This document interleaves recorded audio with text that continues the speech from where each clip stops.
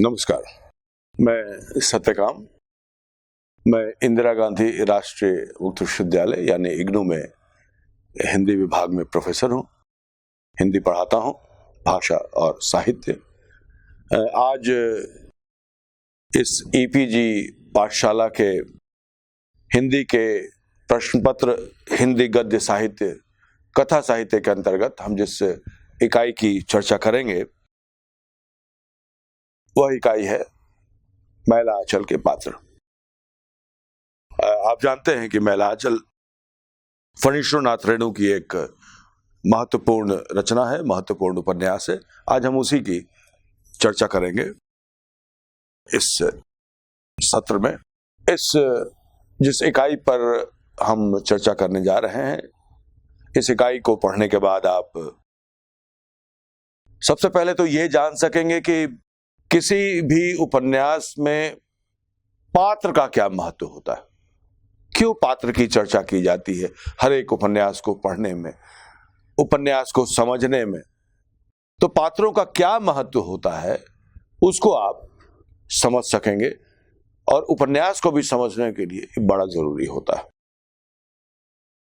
दूसरी बात, बार बार ये बात कही जाती है कि जो मैला आंचल का मेरीगंज है वही नायक है।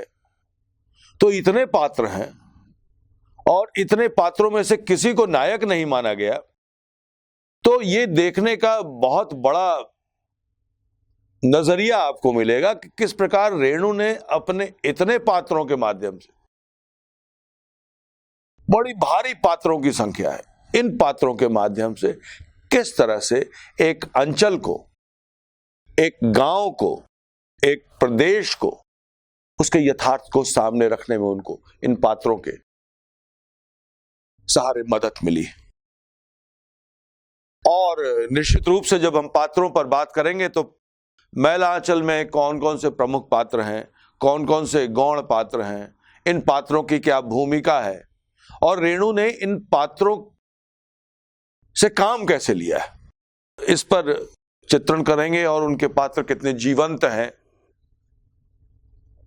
और उनके पात्र किस प्रकार पेश आते हैं, इस पर भी हम लोग विचार करेंगे। लगभग 250 पात्र हैं उसमें। कुछ पात्र गांवों में रहते हैं, कुछ पात्र शहरों से आए हैं, कुछ पात्र आते जाते रहते हैं और कुछ पात्र न गांव आते हैं न वहां के जीवन में शामिल होते हैं, लेकिन उस उपन्यास में उन पात्रों की आवाजाही होती है। तो इस प्रकार एक बृहद रचना संसार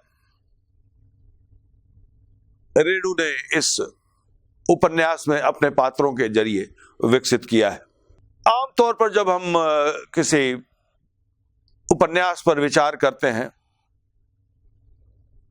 तो खोज करते हैं कि नायक कौन है, प्रोटैगनिस्ट कौन है इस उपन्यास का। तो इस उपन्यास की जो सबसे बड़ी विशेषता है, खासियत है कि इसमें कोई नायक नहीं है, कोई केंद्रीय पात्र नहीं है, कोई केंद्रीय चरित्र नहीं है, कोई प्रोटैगनिस्ट नहीं है, बल्कि सब मिलकर उस अंचल के यथार्थ को सामने रखते हैं। लेकिन इसके बावजूद कि इसमें कोई केंद्रीय पात्र नहीं है, इसके बावजूद कि कोई नायक नहीं है, इसमें कोई व्यक्ति नायक नहीं है, सारे पात्र इतने जीवंत, इतने सशक्त और इतने प्रभावी बन पड़े हैं कि उनके माध्यम से वो पूरा का पूरा यथार्थ, उस समय के भारत का सच हमारे सामने आ जाता है। और ये सब पात्रों के माध्यम से ही रेणु ने किया। और जो पात्र की जो इंटीग्रिटी है, जो पात्र की जो सूक्ष्मता है, वो पात्र की सूक्ष्मता प्रभावित करती है। बड़ी सूक्ष्मता से रेणु ने अपने पात्रों को बुना है। जैसे स्वेटर बुनते हैं ना, वैसे ही बुना है उन्होंने अपने पात्रों को, और एक जो मुकम्मल व्यक्ति खड़ा किया है। हम और आप भी तो उपन्यास के एक पात्र हो सकते हैं, और हम अपने जीवन में जैसे हैं, उपन्यास के पात्र भी उपन्यास के जीवन में वैसे ही होते हैं। तो वह उपन्यासकार या वह कृति सफल होती है, बड़ी होती है, क्लासिक होती है, जिससे पात्र जीवंत होते हैं, पात्र सजीव होते हैं, और उस पात्र पर आप भरोसा करते हैं। तो रेणु ने भरोसा करने वाले, यानी ये जो पात्र जैसा रेणु जैसा रचनाकार दिखा रहा है, सचमुच पात्र ऐसा होता है। लेकिन सभी जो रचनाकार होता है उसके कुछ आदर्श होते हैं, और उन आदर्शों को जैसे ही वो अपने पात्रों पर आरोपित करने का प्रयास करता है, वो पात्र अस्वाभाविक हो जाते हैं। हम देखेंगे कि किस प्रकार कुछ पात्रों पर अपने आदर्शों को आरोपित हृदय परिवर्तन जैसे, ये हृदय परिवर्तन वाला मामला जो प्रेमचंद के समय से ही चला आ रहा है, एक आकांक्षा होती है कि मनुष्य ऐसा होना चाहिए। मनुष्य की कमजोरी दिखाते दिखाते दिखाते दिखाते जब रचनाकार उकता जाता है, तो लगता है कि जो सबसे खराब चरित्र है, जो सबसे दुष्ट चरित्र है, उसमें भी मानवीयता दिखाओ, उसका हृदय परिवर्तन करा दो, और यहीं पर वो चरित्र लड़खड़ा जाता है, उपन्यास की कृति में झोल आ जाता है। तो ये सब भी आपको इस कृति में मिलेगा, ये कमियां मिलेंगी पात्रों में। तो आइए हम देखते हैं कि कैसे पात्र हैं रेणु के मैला आंचल में, और उनके द्वारा रेणु क्या क्या करवाते हैं। मेरीगंज नामक एक जगह है जहां पर विभिन्न वर्गों के लोग, वर्णों के लोग रहते हैं, और एक छोटा सा गांव है मेरीगंज। कथा संसार इस छोटे से गांव में घूमता रहता है, लेकिन पात्र इतने ज्यादा, ऐसा लगता है कि हर एक घर का चित्रण है, गांव में जितने व्यक्ति रहते हैं सबका चित्रण कर दिया है। और ये जो जिस यथार्थ को सामने लाने का प्रयास किया है रेणु ने, आजादी के बाद के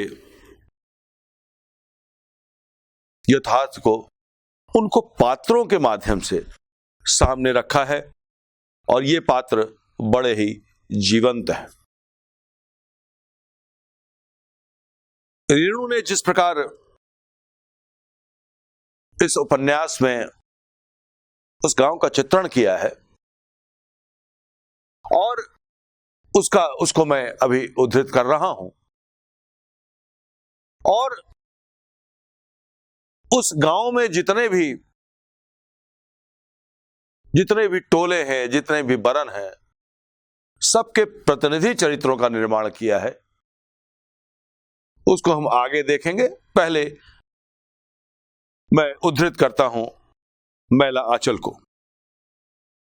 मेरीगंज एक बड़ा गांव है, 12 बरन के लोग रहते हैं। गांव के पूरब एक धारा है जिसे कमला नदी कहते हैं।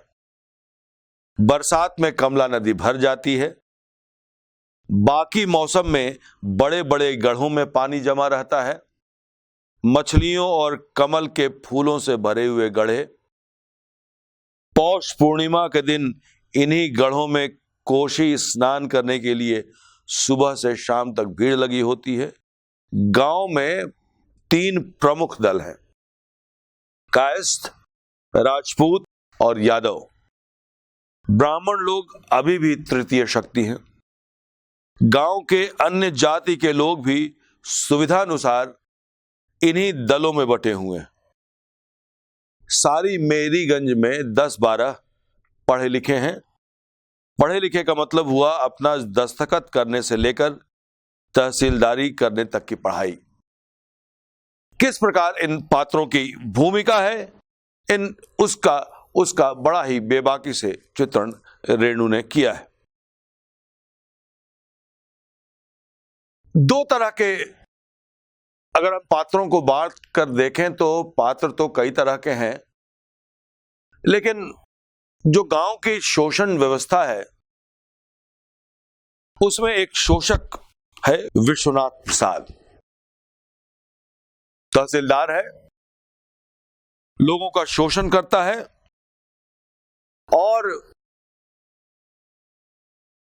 किसानों को ऋण देता है, कर्ज देता है, उनसे सादे कागज पर अंगूठों से की टीप लेता है और वो बड़ा ही चतुर और शातिर पात्र है।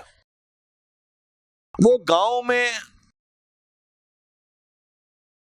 झगड़ा लगाने और फूट डालने, एक जाति को दूसरी जाति से लड़ाने का काम करता है। अब उसने हजारों बीघा जमीन अपने कब्जे में ले रखी है, उसको बचाना है। दूसरी तरफ संथाल हैं जो भूमिहीन हैं, उनका शोषण किया गया है, इसलिए वो आक्रमण करते हैं। तो ये संथालों के खिलाफ इन गरीबों को लामबंद करते हैं। इस प्रकार वो गांवों में फूट डालकर अपने स्वार्थ की पूर्ति करता है और कई बार उसके चरित्र में ऐसी क्रूरताएं मिल जाती हैं, जैसे गांव वालों को पीटना, बेगार लेना। ये पूरा चरित्र जो रेणु ने खड़ा किया है, वो चरित्र एक जमींदार से बदले तहसीलदार की। और जो सामंतवाद टूट रहा है, पूंजीवाद का प्रवेश हो रहा है, लोकतंत्र का आगमन हो रहा है, उसको वो बड़ी बारीकी से देखता है विश्वनाथ प्रसाद। और बाद में तो जाकर वो कांग्रेस का एक नेता भी बन जाता है। और ये दिखाते हैं कि किस तरह अपनी तहसीलदारी जो मिली है उसके बल पर उसने किसानों की जमीन हड़प रखी है। और उसके पिता ने भी छल प्रपंच का सहारा लेकर संपत्ति अर्जित की थी। और इस प्रकार एक पूरे के पूरे वर्ग का चित्रण है इस उपन्यास में, जिसका प्रतिनिधित्व करता है विश्वनाथ प्रसाद। अब आजादी के बाद जो जन आंदोलन होता है, तो वो जन आंदोलन में हिस्सा लेने लगता है। वो तहसीलदारी से इस्तीफा दे देता है, खद्दर पहनने लगता है और जिला कांग्रेस कमेटी का सदस्य बन जाता है। कपड़ा, सीमेंट, चीनी का परमिट देने का उत्तरदायित्व उस पर आ जाता है। और इसका लाभ उठाने के लिए क्या करता है वो, कि जो बालदेव नाम का एक पात्र है उसको अपने पक्ष में करने की कोशिश करता है। वो एक छद्म गांधीवादी बन जाता है।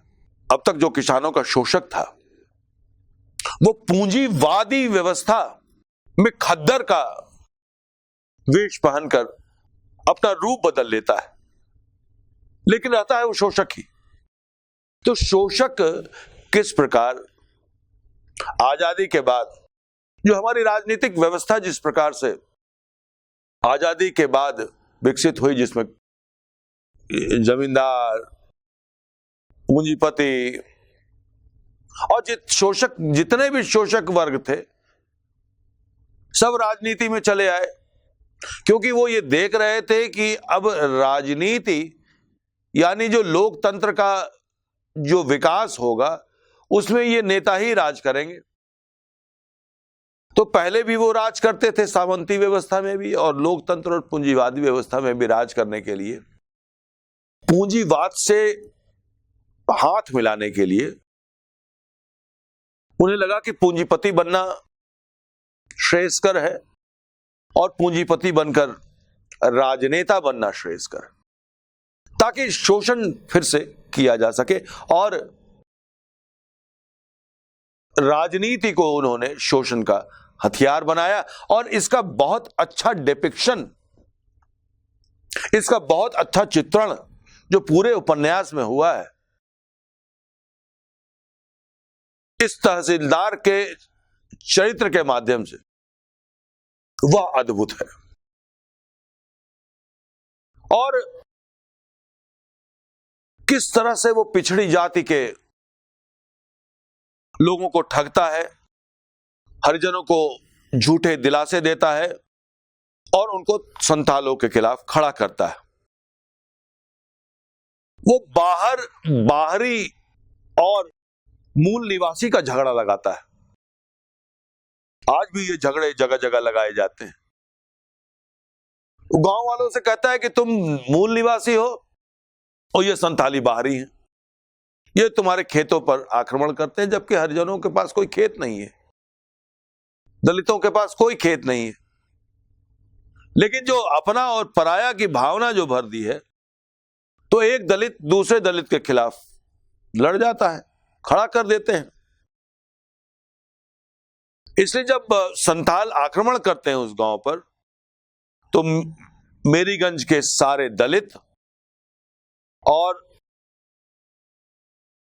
सवर्ण भी, तथाकथित सवर्ण भी, राजपूत टोला के सभी लोग उस संघर्ष में विश्वनाथ प्रसाद का साथ देते हैं। विश्वनाथ प्रसाद डाकुओं से भी संबंध रखता है। इसमें जब ये संघर्ष होता है संथालों और उनके बीच, तो कई लोग मारे जाते हैं, और वो अपने दिल की बात एक दिन कहता है डॉक्टर प्रशांत से। किस तरह एक जो उसके अंदर जो एक चाल है, जो एक घात लगा के बैठा रहता है शिकार के लिए, और किस प्रकार अपनी बोली बदल लेता है। वो प्रशांत से कहता है कि जिस दिन धनी, जमींदार, सेठ और मिल वालों को लोग राह चलते कोढ़ी और पागल समझने लगेंगे, उसी दिन असली सुराज हो जाएगा। अब ये बताइए कि वही शोषण कर रहा है और वही उस वर्ग के खिलाफ बोल भी रहा है। तो विश्वनाथ प्रसाद का जो चरित्र गढ़ा है रेणु ने, एक शिक्षित, चालाक और क्रूर व्यक्ति का चरित्र है। लेकिन रेणु ने जो इस अंत में जो इस पात्र का हृदय परिवर्तन करा दिया है, वो तर्क आधारित नहीं। इतना क्रूर और घृणास्पद व्यक्ति दयालु कैसे हो सकता है? उसका स्वार्थ तो उससे, उसके वर्ग से जुड़ा हुआ है। क्या उसने अपने को डिक्लास कर दिया? क्या उसने अपने वर्ग की सारी विशेषताएं छोड़ दी? बिना इसके किए हुए उसको एक बदले हुए व्यक्ति के रूप में दिखाते हैं, और सबको वो 5-5 बीघे जमीन, 10-10 बीघे जमीन लौटा देता है, और इतना नहीं, संथालों को भी वो जमीन बांटता है। इस तरह का हृदय परिवर्तन विश्वसनीय नहीं है। वो 100 बीघे जमीन किसानों में बंटवा देता है। ये रेणु की ख्वाहिश है, और ये ख्वाहिश इस रूप में है कि जो बड़े बड़े जमींदार हैं, बड़े बड़े किसान हैं, जिनके पास बहुत सी जमीन है, वो गरीबों में जमीन बांट दें। भूदान जैसी परिकल्पना।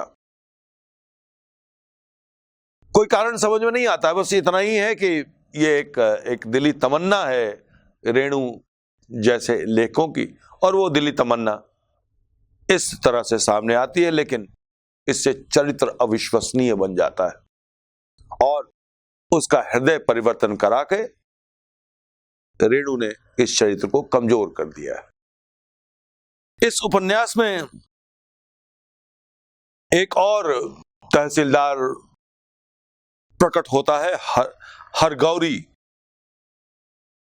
जो राम कृपाल सिंह के पिता है। ये पात्र हैं उपन्यास के। राम कृपाल सिंह राजपूत टोला के सदस्य हैं, 300 बीघा के मालिक हैं, लेकिन वह मजदूरों का शोषण तो करता है, लेकिन वो तहसीलदार की तरह इतना चालाक नहीं है। लेकिन उसका अपना मजदूर टोला है, ततमा टोला और पासवान टोला। वह भी बिल्कुल उसी की तरह, तहसीलदार की तरह, अंगूठे का निशान लेकर किसानों को,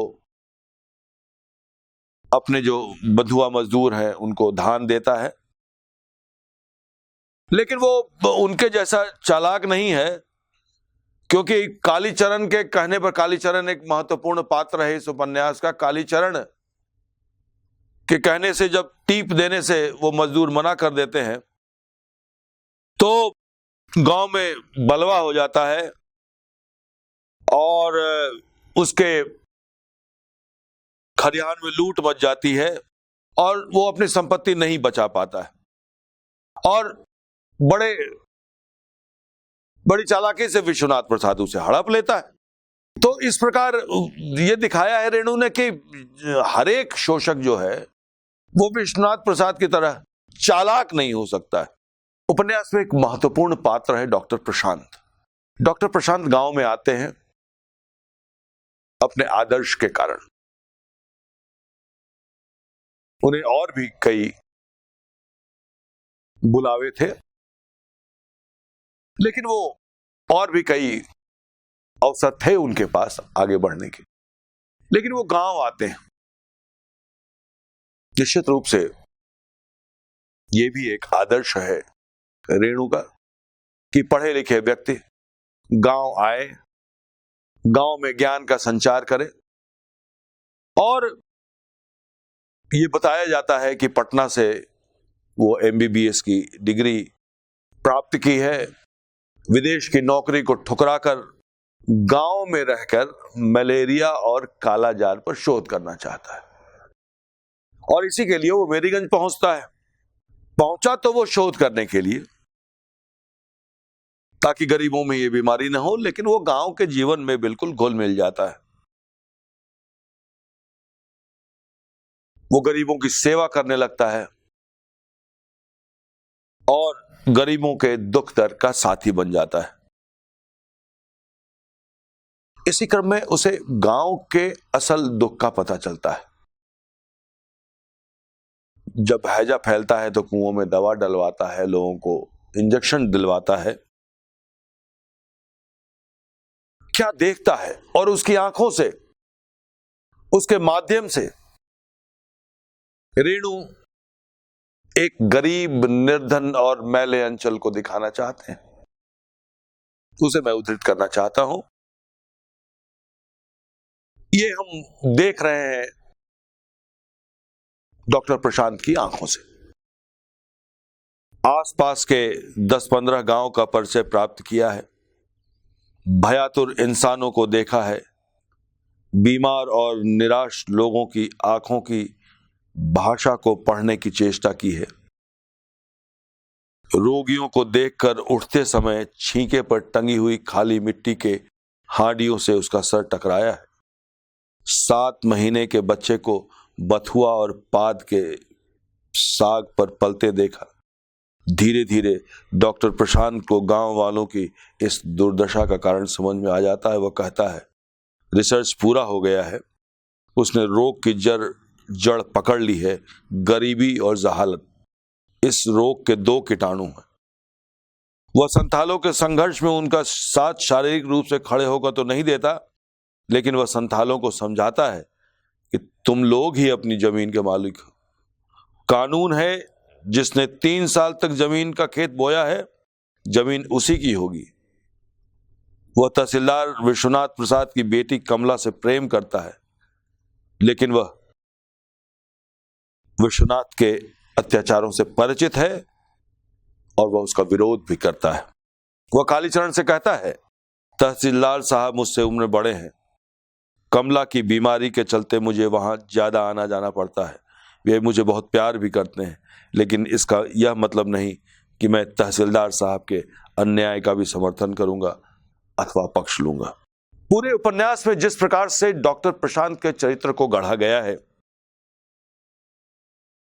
उसको देखने से यह लगता है कि जो भावनात्मक संवेदना और सर्वस्व बलिदान करने की जो परिकल्पना रेणु की है, वह एक बेचैनी भरे दमघोटू माहौल में वो एक रोशनी की तरह सामने आता है। और यह रेणु की परिकल्पना है, रेणु का आदर्श है, रेणु का आदर्श पात्र है डॉक्टर प्रशांत। वो विरोध करता है, तहसीलदार का विरोध करता है, उन क्रूरताओं का विरोध करता है जिसमें गरीबों का शोषण हो रहा है। एक प्रमुख पात्र है बावन दास, और बावन दास कई रूपों में उपन्यास में पर छाया रहता है, उपन्यास को प्रभावित करता है। वो मेरीगंज आया है कांग्रेस को मजबूत करने के लिए, और वो देखता है कि कांग्रेस अपने आदर्शों से भटक गई है। वो देखता है कि जो लोग आजादी के आंदोलन के दौरान स्वयंसेवकों के खिलाफ काम करते थे, आज कांग्रेस पर उनका कब्जा है। वो देखता है कि किस प्रकार जुआ कंपनी चलाने वाले और अवैध धंधा करने वाले दुलार चंद कापरा जैसा व्यक्ति कांग्रेस कमेटी का सेक्रेटरी बना हुआ है। वो अनुभव करता है कि भारत माता बेजार रो रही है। वह कचहरी जाता है, वहां रिश्वतखोरी देखता है, किसानों की दुर्दशा देखता है, और यह देखता है कि किस प्रकार तहसीलदार विश्वनाथ प्रसाद लोगों का शोषण करते हैं। बावन दास में गांधीवादी आदर्शों की झलक मिलती है, और उसके माध्यम से आजाद भारत में गांधीवादी आदर्शों को कुचलने के दर्शन भी होते हैं। हम उसकी आंखों के जरिए किस प्रकार गांधीवादी आदर्श का लोग मखौल उड़ा रहे हैं, उसका फायदा उठा रहे हैं, इसका चित्रण उसके माध्यम से किया गया है। और इस प्रकार बावन दास एक ऐसे चरित्र के रूप में सामने आता है जो गांधीवादी आदर्शों के अवमूल्यन की आलोचना के रूप में प्रस्तुत किया गया है, जिसे और उसकी मृत्यु भी होरी की मृत्यु की तरह होती है। उसकी मौत भी संघर्ष करते हुए होती है, शोषण का संघर्ष करता है, शोषण के खिलाफ।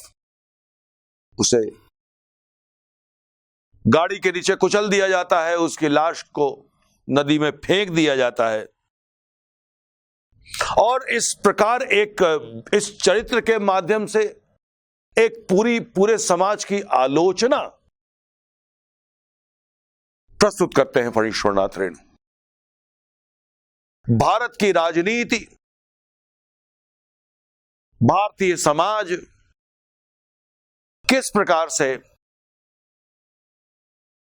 मूल्यहीन हो रहा है, उसका अवमूल्यन हो रहा है, वह दिखाया है बावन दास के चरित्र का निर्माण करके। कुछ चरित्रों का निर्माण किया है रेणु ने इस प्रकार कि वो जो भारतीय राजनीति किस रूप में जाएगी और जाति व्यवस्था किस प्रकार राजनीति का हथियार बन रही है और किस प्रकार गांव की राजनीति को जातिवादी राजनीति के से जोड़ा जा रहा है, वो कालीचरण के का जो चरित्र निर्मित किया गया है कि कालीचरण एक पिछड़ी जाति का सदस्य है और एक उत्साही चरित्र, उत्साही पात्र के रूप में सामने आता है, एक निडर और साहसी पात्र के रूप में सामने आता है। वो जानता है कि यदि वो प्रयास करेगा तो उसे सफलता मिलेगी, उसमें एक आत्मविश्वास है।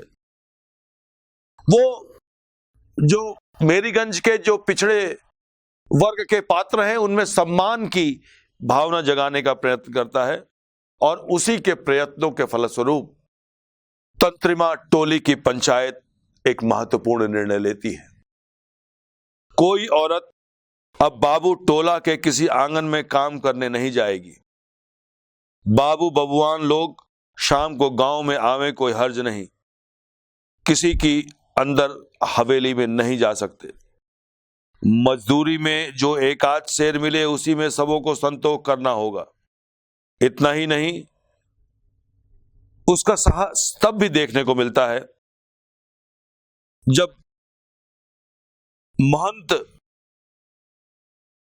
कुछ अपने जो उस मठ है उसमें गड़बड़ करने का प्रयास करता है और महंती हड़पने की कोशिश करता है।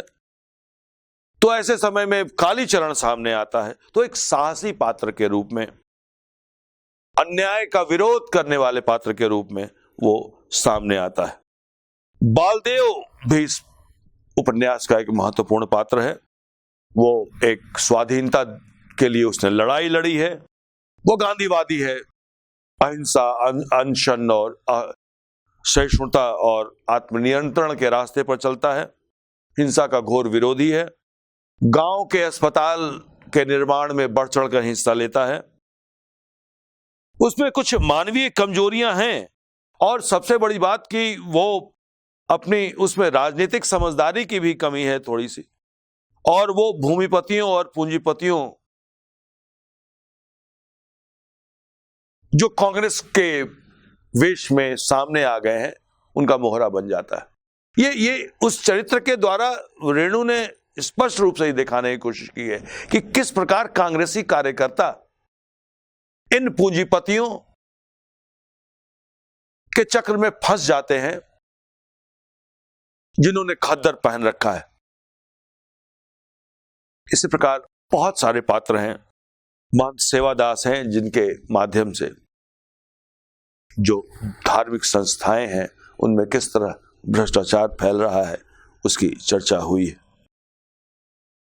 यदि हम मैला आंचल के स्त्री पात्रों की चर्चा न करें तो निश्चित रूप से मैला आंचल अधूरा रहेगा, यह चर्चा अधूरी रहेगी।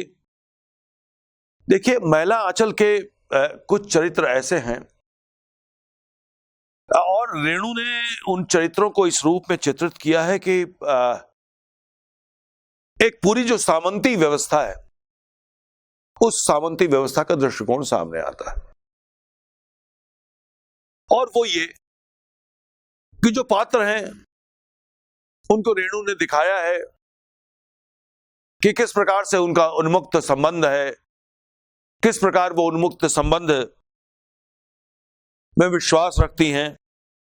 रमजू की जो मां है, तंत्रिमा टोली की जो दलित महिला है, वो खुले और मुक्त संबंध में विश्वास रखती है।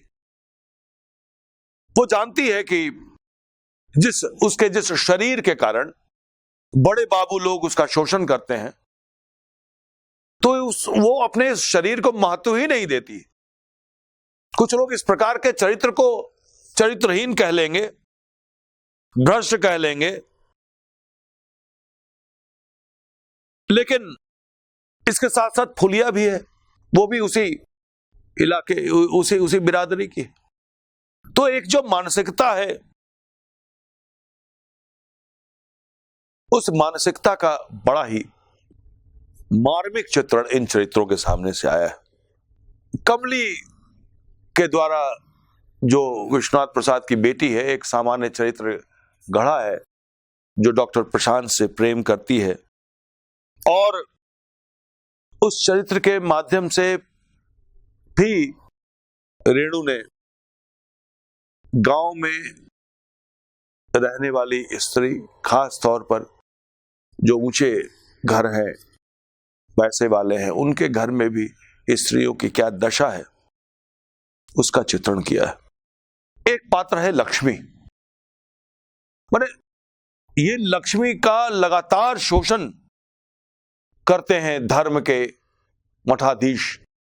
तो जितने भी पात्र इस उपन्यास में, या स्त्री पात्र इस उपन्यास में आए हैं, उनके माध्यम से स्त्रियों के, खासकर दलित स्त्रियों के शोषण का चित्र प्रस्तुत किया है। और रेणु ने अपने इस उपन्यास में निश्चित रूप से अपने पात्रों को इस प्रकार चित्रित किया है कि पात्र तो बहुत प्रमुख नहीं होते, लेकिन उन पात्रों के माध्यम से वो स्थितियां महत्वपूर्ण हो जाती हैं, वह यथार्थ महत्वपूर्ण हो जाता है। प्रेमचंद के चित्रण के बाद प्रेमचंद भी उपन्यास को मानो चरित्र का एक दर्पण मानते थे, विश्वसनीय चित्र मानते थे। आगे रेणु की जो पात्र योजना है, जो चरित्र चित्रण है, उससे बड़े अभिभूत थे। वे लिखते हैं, पर मुझे तो कभी कभी अवश्य ईर्ष्या होती है उनके इन चरित्रों को अपने सामने पाकर।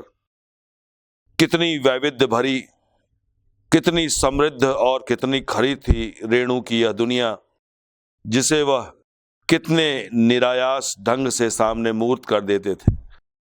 कैसी निरायास, लेकिन कितनी अचूक और दृढ़ थी उनकी पकड़। इसके बाद वो लिखते हैं कि उपन्यास की शक्ति की एक माप यह भी है कि उसने कितने स्मरणीय चरित्र हमें दिए हैं। इस कसौटी पर भी रेणु खरे उतरते हैं। उनके अनेक चरित्र न केवल हमारी स्मृति में बस जाते हैं, वरन हमारे अंतर विवेक को ऐसे रंग जाते हैं कि हम बार बार अपने जीवन में मिलने वाले चरित्रों को इन्हीं काल्पनिक चरित्रों की नाप से नापने लगते हैं। बिल्कुल सही कहा अगेन। बहुत ही जीवंत चरित्र प्रस्तुत किया है। और कुल मिलाकर हम कहें तो मैला आंचल में रेणु को पात्रों की रचना में अद्भुत सफलता मिली है। उन्होंने एक विश्वसनीय, सजीव और विशिष्ट व्यक्तित्व से संपन्न चरित्रों का निर्माण किया है। सबसे बड़ी बात कि ये पात्र विशिष्ट हैं, जीवंत हैं, लेकिन इसके बावजूद कोई भी पात्र इतना बड़ा नहीं हुआ है कि वो मेरीगंज से बड़ा हो जाए। और इसलिए वो सब मिलकर मेरीगंज के व्यक्तित्व को खड़ा करते हैं। और इसलिए एक ऐसा संसार इन चरित्रों के माध्यम से निर्मित है। छोटे छोटे पात्र हैं, लेकिन इन सभी छोटे छोटे पात्रों का इतना सूक्ष्म वर्णन किया है। कुछ पात्रों का तो चित्रण केवल इसलिए किया गया है कि गांव में जो जहालत है, जो गरीबी है, जो बीमारी है, कुछ बीमार पात्रों के रूप में कुछ पात्र केवल आते हैं। तो गांव के यथार्थ को दिखाने के लिए, जैसे हम पौधे रोपते हैं एक पूरी बगिया को के सौंदर्य को सामने रखने के लिए, उसी तरह एक माली की तरह उन्होंने पात्रों को रोपा है कि एक पूरे बाग को दिखा सकें। जैसी पात्र योजना रेणु में है, और इतने बड़े, इतना छोटा स्थान और इतना बड़ा पात्रों का संसार, इसको जिस ढंग से रेणु ने खड़ा किया है, नियोजित किया है, और जितने पात्रों की संख्या ज्यादा होती है, लेखक के सामने उतनी ही ज्यादा चुनौती होती है। और उस चुनौती में रेणु निश्चित रूप से खरे उतरे हैं, और उनके सारे पात्र न केवल इस कथा संसार को स्वाभाविक और जीवंत और अविस्मरणीय बनाते हैं, बल्कि एक ऐसी दुनिया खड़ा करते हैं जो हमें बिल्कुल अभिभूत कर देती है, और हम उसे बहुत दिनों तक याद रखते हैं।